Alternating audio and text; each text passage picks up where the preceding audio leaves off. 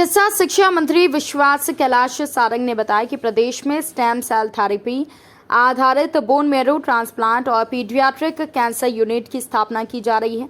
मध्य प्रदेश में 4 मेडिकल कॉलेजों में ये स्थापित किया जाएगा। भोपाल, जबलपुर, ग्वालियर और रीवा में ये सुविधा प्रारंभ होगी। लगभग 6 माह में इसे विकसित किया जाएगा।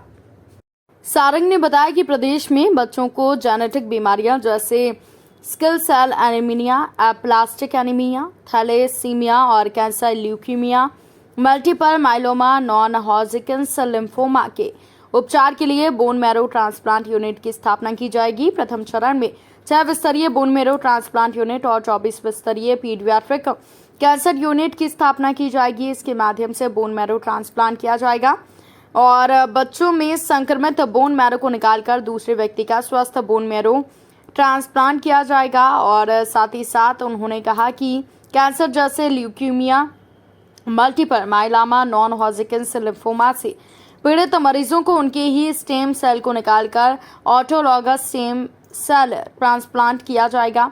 पीड़ित मरीज के ही स्टेम सेल को निकाला जाएगा और उसका क्रायो प्रिजर्व किया जाएगा। उसके बाद ऑटोलॉगस ट्रांसप्लांट की जाएगी। सारंग ने बताया कि पीड़ित बच्चों में भाई बहन की ना होने की स्थिति में अन्य व्यक्ति के बोन मैरो जो बच्चों के साथ 100% मैच करता है उसको उपयोग में लाया जाएगा।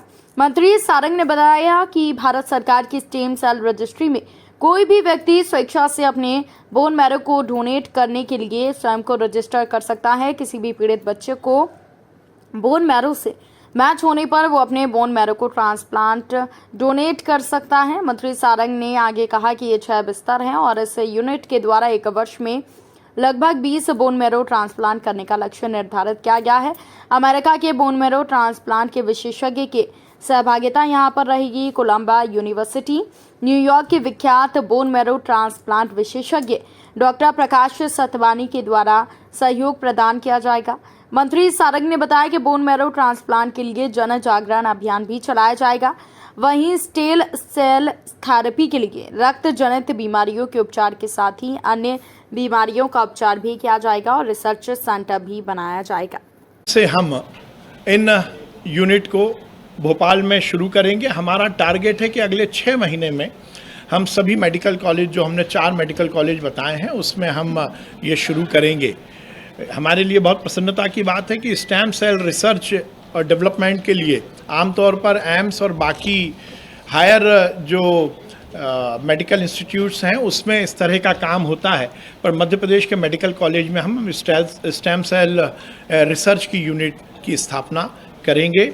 और मुझे बहुत प्रसन्नता है कि हम इस काम को करने में आगे बढ़े हैं और उसके माध्यम से हम ये सुनिश्चित करेंगे कि खासकर रक्त संबंधित बीमारियों का इलाज तो हम तुरंत stem cell bone marrow transplant के माध्यम से करें और बाकी असाध्य बीमारियों को के इलाज के लिए भी हम ये सुनिश्चित करें कि रिसर्च के माध्यम से बाकी असाध्य बीमारियों को भी हम इसके माध्यम से उनका इलाज कर सके।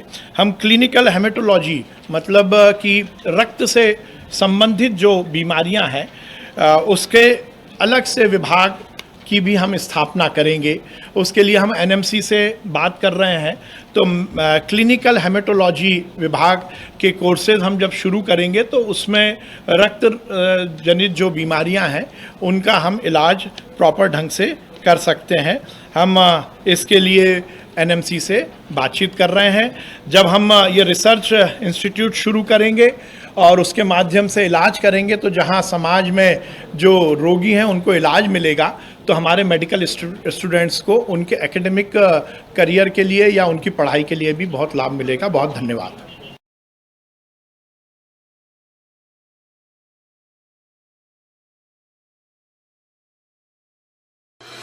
Rabindranath Tagore University, formerly known as ISECT University, the pioneers in skill development with focus on creating industry-ready professionals.